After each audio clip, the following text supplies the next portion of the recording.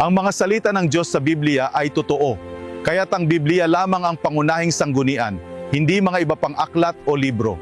Sa Pahayag 8:1 sinasabi, "At nang buksan niya ang ikapitong tatak, ay nagkaroon ng katahimikan sa langit na may kalahating oras." Ito ay isang hula ni Jesucristo hinggil sa panahon ng unang pandaigdigang digmaan at ikalawang pandaigdigang digmaan, na magkakaroon ng katahimikan sa pagitan ng dalawang pangyayaring ito. Upang maipaliwanag ito, gagamitin natin ang prinsipyo sa ikalawang Pedro 3:8. Datapwat huwag ninyong kalimutan, mga minamahal, ang isang bagay na ito, na ang isang araw Sa Panginoon ay katulad ng 1,000 taon, at ang 1,000 taon ay katulad ng isang araw. Ayon sa Biblia, ang isang araw sa Diyos ay katumbas ng 1,000 taon para sa atin.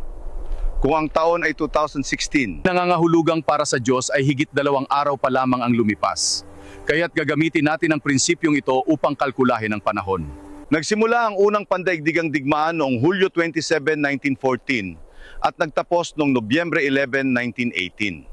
Ang ikalawang pandaigdigang digmaan naman ay nagsimula noong Setyembre 1, 1939. Kalkulahin natin ang pagitan ng Nobyembre 11, 1918 at Setyembre 1, 1939. Sa isang araw may 24 oras. Kaya ang 1,000 taon ay hahatiin sa 24 upang makuha ang katumbas na taon ng isang oras. Ang resulta ay 41 taon at 8 buwan.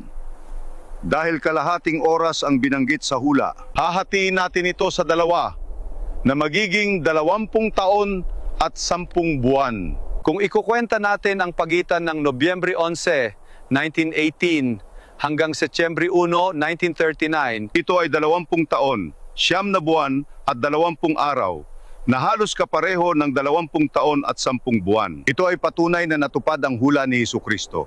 Bagaman hindi eksakto ang bilang, ito ay tumutukoy sa kalahating oras na nabanggit sa talata. Iyan lamang po, mga mahal kong kapatid at kaibigan.